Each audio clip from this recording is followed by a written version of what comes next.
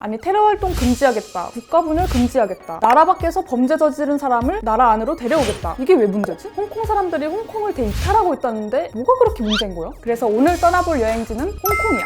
오늘은 스페셜 게스트도 있으니까 꼭 끝까지 함께 해줘.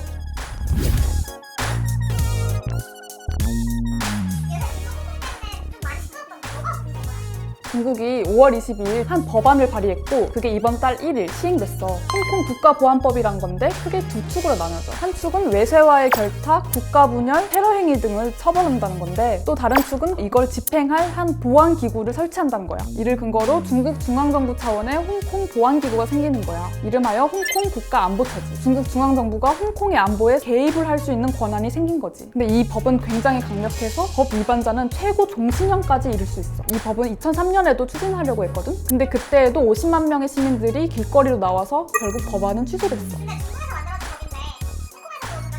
이번에는 그때와 달리 중국 정부가 홍콩을 제치고 직접 보안법을 만든 건데 원칙적으로는 홍콩 법률은 홍콩 의회인 입법회를 통해서 제정이 되거든? 하지만 중국 의회는 홍콩 법률을 만들 수 있는 포괄적인 권한이 있어. 이번에는 예전과 달리 직접 그 권한을 쓴 셈이지. 한마디로 홍콩 내에서 시위하는 사람을 다 처벌하겠다 이 얘긴데 그렇게 되면 평화 시위를 하는 사람들도 처벌 대상이 될 수 있는 거야. 사법부 독립 훼손은 물론 피의자 인권 침해까지 약간 문제가 있는 법이라고 할 수 있지. 유엔 인권 대변인도 법이 지나치게 광범위해서 차별적이고 자의적인 해석으로 이어질 수 있다고 우려했어. 결국 홍콩 내에서 반중국을 외치면 홍콩 법률은 일국 양제 원칙을 따라 150년 동안 홍콩은 영국의 식민 지배를 받다가 1997년 중국에 반환돼. 당시 영국과 중국 정부는 일국 양제 원칙에 합의했어. 일국 양제는 한 국가 두 체제라는 뜻인데 홍콩은 중국의 특별 행정국가로서 중국에 속하지만 영국식 자본주의를 따른다는 얘기야. 그래서 홍콩 시민들은 중국 시민들에겐 없는 인권과 언론, 집회 자유를 보장받았지. 그치, 작년 내내 홍콩에서 반중국 시위가 있긴 했지. 당시 시위는 표면상으로는 송환법 개정안 반대였지만 중국이 점점 홍콩에 대한 압박을 강화하면서 홍콩 내에서는 반중국, 민주화 운동이 일어나게 된 거지. 그래서 결국에는 중국 정부가 나서서 국가보안법을 제정하는 초강수를 둔 거야. 2018년도 2월에 홍콩의 한 남성이 대만에서 여자친구를 살해한 뒤 홍콩으로 도망쳤어. 근데 홍콩 형법에 따르면 홍콩 내에서 일어난 일만 처벌이 가능해. 그래서 지난해 2월에 범죄인 인도법 개정안이 발의가 됐어. 홍콩 범죄인을 중국, 대만, 마카오에 보낼 수 있게 하자는 게 그 내용이야. 문제는 이 법안이 반중국 인사를 중국 본토로 잡아가는데 악용될 수 있다는 점이야. 그래서 홍콩 내에서 대규모 시위가 벌어졌고 결국 작년 9월에 이 법은 처리됐어.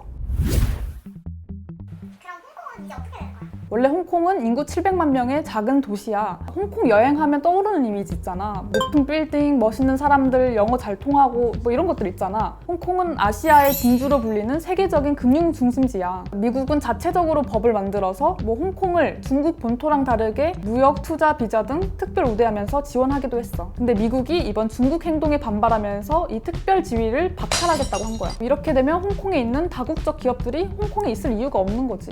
그러니까 양제는 사라지고 일국만 남으니까 아시아의 허브는 이제 그냥 평범한 중국의 한 도시가 되는 거야. 그래서 홍콩 민주화 인사들은 해외 망명의회를 꾸릴 준비를 하고 있어.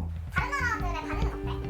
전 세계적으로 완전히 중국한테 반발하고 있는 건데 미국은 홍콩에서 탄압받을 위협이 있는 사람들에게 난민 자격을 줄 수 있는 법안을 발의했고 영국은 홍콩인 300명에게 영국 국민 여권을 제공하겠다고 밝혔지. 대만은 아예 대만 이주를 원하는 홍콩인들에게 뭐 취업, 투자, 이민 등을 지원해주겠다고 밝혔어.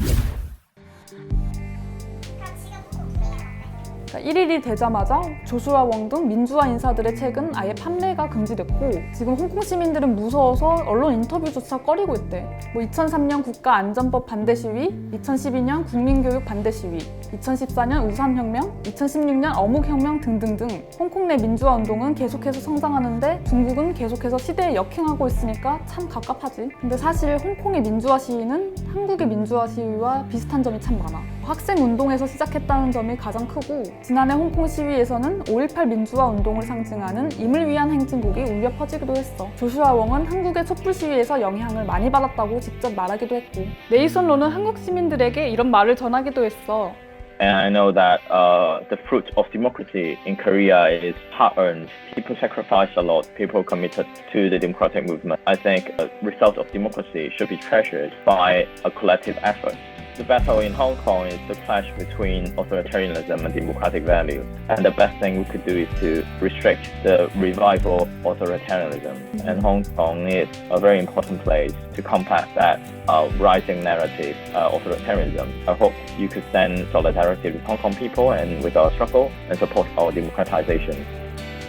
그렇기 때문에 점점 우리의 연대가 더 필요해지는 시점인 것 같아. 그러니까 여러분들도 홍콩 시위에 계속해서 관심을 많이 가져줬으면 좋겠어. 어때? 오늘 여행 어땠어? 약간 가슴이 먹먹해지는 여행이었지? 또 가보고 싶은 나라 있으면 말해줘. 다음에 보자고.